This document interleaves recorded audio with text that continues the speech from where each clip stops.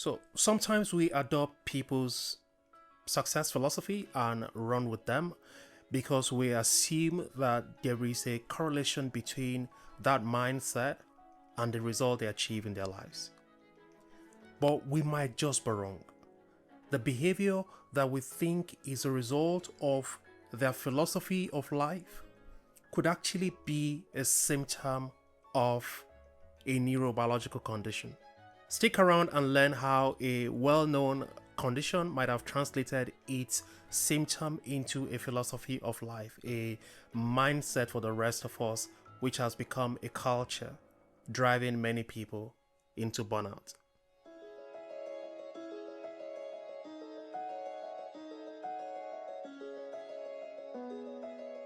Let's explore the link between ADHD and toxic productivity, the junction where symptoms evolve into belief systems and transform into a culture that influences many other people. Productivity is the holy grail in today's world. We idolize those who seem to have endless energy, who never stop working, people with many activities to do. But what if this relentless drive isn't passion? What if it's a symptom? Many people who embody these toxic, never-ending activities, they may actually be driven by undiagnosed ADHD. They are not just working hard, they are just chasing a dopamine hit. And what's even more dangerous is that their habits, born from a neurological condition, are influencing the rest of us to choose that same never-ending grind. ADHD, or attention deficit hyperactivity disorder, is often associated with a lack of focus, but what's even less known is how it pushes people into overworking. You see, people with ADHD have a deficiency in dopamine, the neurotransmitter that is responsible for motivation and reward. So to compensate for this, they seek out high stimulating activities like multitasking and last minute deadlines. They have one activity or the other going on to distract them. This is where it is concerning, because this relentless chase of activities doesn't just stay in their world, it spreads, and the behavior gets adopted by others who think that is the key to success. I made a video on this channel where I spoke about toxic productivity, where I shared the story and experience that I had with a corporate executive that I worked with who believed constant working and not resting defines him and his success. But here's what's happening underneath. He has ADHD. His brain needs constant stimulation that working on multiple projects at once provides. His to-do list is long, not just because he loves work, but because his brain thrives on it for the dopamine hit. Now his team sees this relentless drive and they start to follow suit. They feel the pressure to always be busy, always pushing, never resting.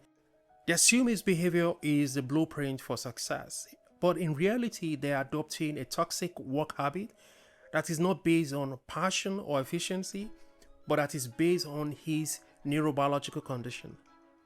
His ADHD-fueled philosophy of productivity became contagious.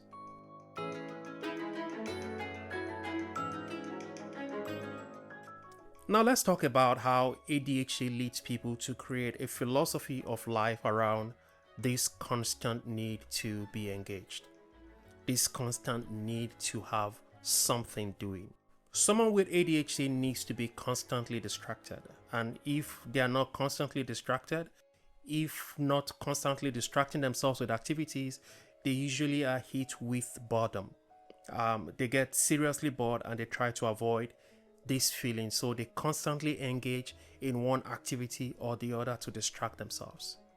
And so over time, they might believe that their inability to rest or slow down without getting seriously bored means that their worth is tied to their work. They might tell themselves things like, if I'm not constantly busy, I am falling behind, or success only comes to those who never stop working. These are beliefs that are formed around their ADHD symptoms and not a sustainable work ethic. Then they start to believe this is the only way to be successful. And because they appear to be thriving on the outside, others around them also start to believe it too. But make no mistake, this isn't success. This is a self-perpetuating cycle of burnout where symptoms have turned to a habit and a culture influencing others. Take another client I worked with, for example, who said if he's not working on any project per time and he doesn't see any work thing doing the next morning, like he doesn't have anything doing the next morning, he dreads going to bed. He dreads waking up the next morning because he knows he'll be so bored and it will affect his mood. And he said that those around him might admire his boundless energy and his readiness to take up any new activity, and they might even feel bad about it that they don't have such boundless drive. But that what they don't know is that he has ADHD. That he constantly needs a new project or a novel idea to work on, or last minute planning, and the kind of pressure that make him feel alive because his brain is addicted to the dopamine rush. And this is where ADHD becomes dangerous, not just for the person who has it, but for everyone around them. The philosophy of never-ending activity, which is a symptom of their neurobiology, becomes a toxic culture, one where others feel compelled to just keep up. They start to internalize burnout, thinking it's the cost of success. This is a form of unintentional influence. People with ADHD don't go out to say that, I need to influence people to adopt this toxic philosophy or this toxic mindset or this toxic productivity thing.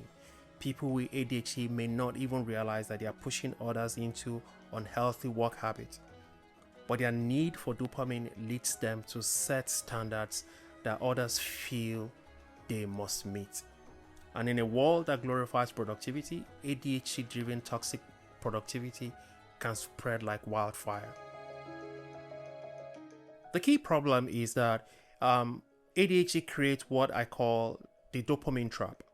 People with ADHD are constantly seeking that next hit of stimulation.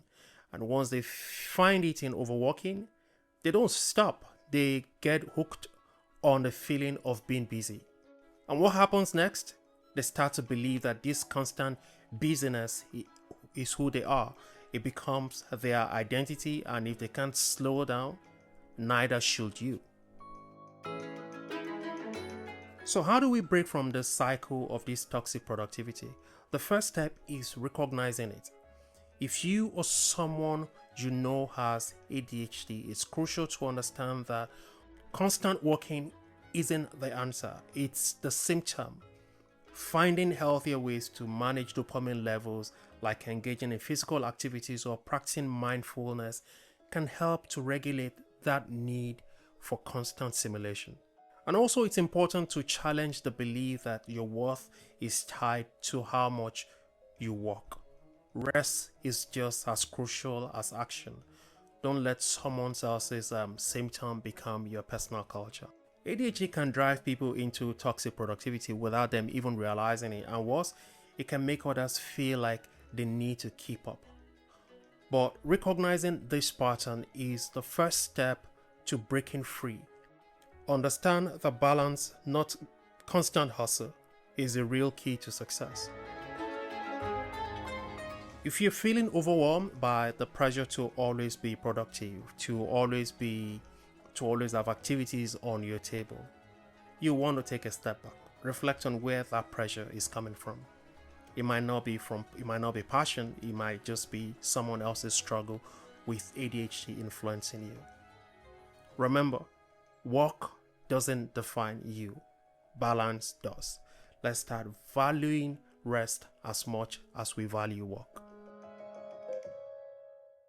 Thank you for listening. And if you have passion for coaching and helping others achieve their life dreams, but don't know how to go about it, and you are interested in learning how I coach in high value organizations and at various levels, reach out to me through the email on your screen and let's discuss.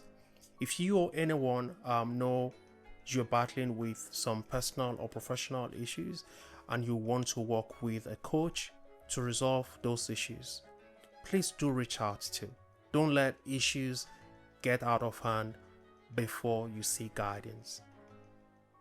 Thank you, and I'll see you in the next one.